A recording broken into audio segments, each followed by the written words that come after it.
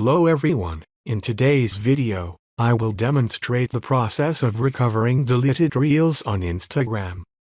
If you have inadvertently deleted a reel from your Instagram profile and wish to restore it, please follow these steps. Open the Instagram application and click on your profile icon. Click on the three horizontal lines at the top right corner to access your settings. Under Settings, click on your activity. In the Your Activity section, select the option for Recently Deleted. You will now see a list of all your deleted posts and reels within the last 30 days. To recover a deleted reel, simply click on it and then click on the three dots in the top right corner. From the options that appear, select Restore. Confirm the restoration by clicking on Restore again. By following these steps, you can successfully recover deleted reels on Instagram.